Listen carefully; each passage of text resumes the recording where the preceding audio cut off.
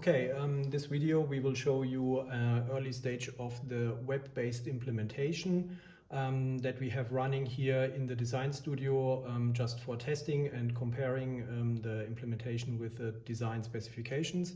So this interface is running on the final panel hardware that is used by the client on a 21-inch panel with multi-touch functionality. And yeah, I will just give you a quick tour over the interface, show you the basic functions. Not everything is implemented yet here, but I can give you an overall impression of how the interaction works. So first thing you will notice is the header area. The second is the content area that is mostly used for hosting the KPIs and also the parameters. And we have a footer area that hosts all the important navigation items for the process navigation. In the header, the first element is a burger menu that can host all the sub-menu items and can be used to navigate through the whole system. So every page that is available in the system can also be reached through the burger menu. Then we have the current machine status. We have the current running production with the loaded recipe that contains the machine parameters that are stored into the recipe. Then we have an area that can show alarms, and in case of an alarm will change color and will animate to draw the user's attention. We have the currently logged in user and user role. We have a language selection. We have a direct link to the online help. We have time and date and also the branding for the client on the right hand side. Next thing, content area, the KPIs are grouped into widgets. So we have one big parameter widget on that machine, and we have one line overview widget, and the machines that are put into line for the production are represented by these abstract illustrations, so the user can keep track on the status of each machine module. In that case, we have a warning here on area 30, so users can easily see and investigate what is going on with the machine here. On other machine types, you also have other arrangements of widgets, so it depends on the machine functionality and the machine type which widgets are used for the dashboard.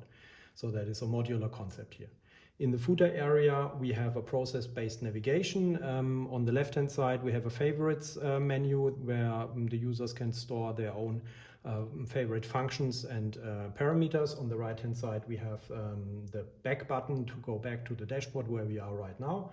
And in the middle area, we have production process-based production groups. Some of the sections host sub-menu items, so these are groups basically. And we can enter the group by clicking on the button, and then we get an overview of the most important information about this group, about the plastification group, and we see the most important KPIs on one side.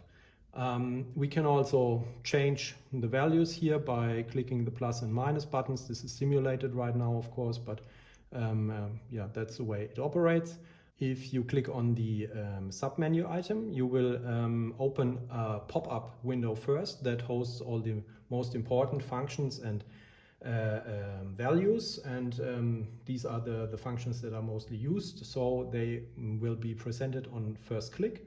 And if the user needs more information or needs to change more of the functionality, then he can escalate this into going into the section where he has all the settings on one page, and can also if he has the correct user role, then he can also go to expert settings from here. And if you want to go back to the dashboard, then you click on the dashboard, or you can also use the burger menu where you have the same navigation items and go to the dashboard from here. Last thing that I can show is how to change values. So everything that can be changed is a blue value, and it can be clicked, and then a numpad opens, and you can change the value by clicking plus and minus, or by setting the value by the numpad. In that case, this is out of range, so I have to go back to a value that is within the min and max, and then I can enter the value, and it changes on the interface.